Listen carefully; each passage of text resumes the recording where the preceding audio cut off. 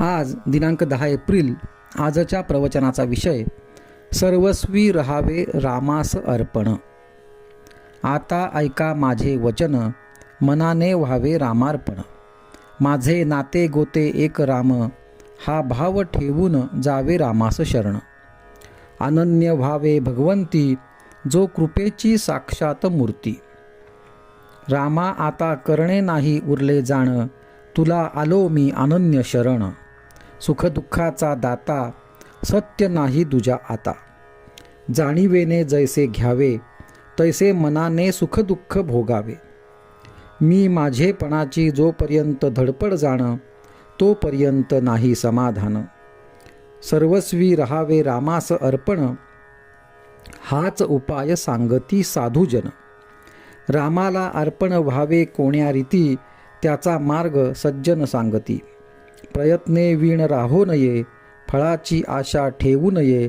भगवंताला विसरू नये, कर्तव्य या दृष्टीने कर्म करावे. प्रथम राखावे भगवंताचे अधिष्ठान, तेथे व्हावा प्रयत्नाचा उगम. अखंड राखावे अनुसंधान, येणे कर्म होईल सहज रामार्पण.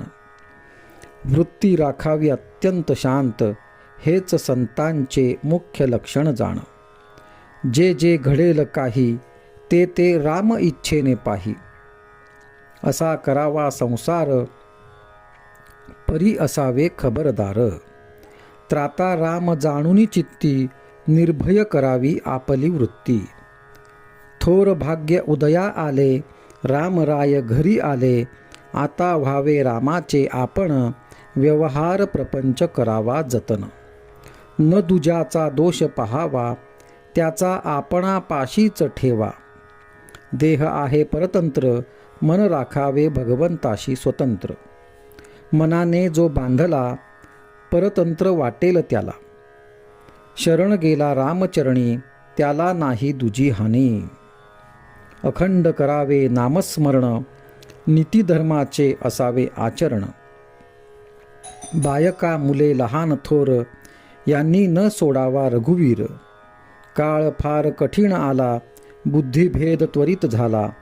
आता सांभाळावे सर्वांनी आपण, रामाविण न जाऊ द्यावा क्षण. चालले तसेच चालावे, राम ठेवील तसे असावे. माझा राम जोडला हे जाणले ज्याने, त्याला न उरले करणे. राम ठेवील ज्या स्थितीत, त्यात समाधान मानावे. रामास जे करणे असेल, ते तो करील. सदा सर्व काळ माझ्याशी वास, हाच धरावा हव्यास. त्याला न जावे लागे कोठे, घर बसल्या राम भेटे. जो करी रामपदांबुजसी चिंतन, तयास नाही यमाचे बंधन. संताची सेवा केली, महद भाग्य घरी आले.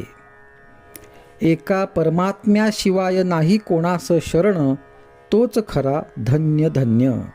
संतांचे मर्जीने वागल्यास, कल्याण होईल खास. आजचा सुविचार. अखंड राखावे अनुसंधान, येणे कर्म होईल सहज रामार्पण.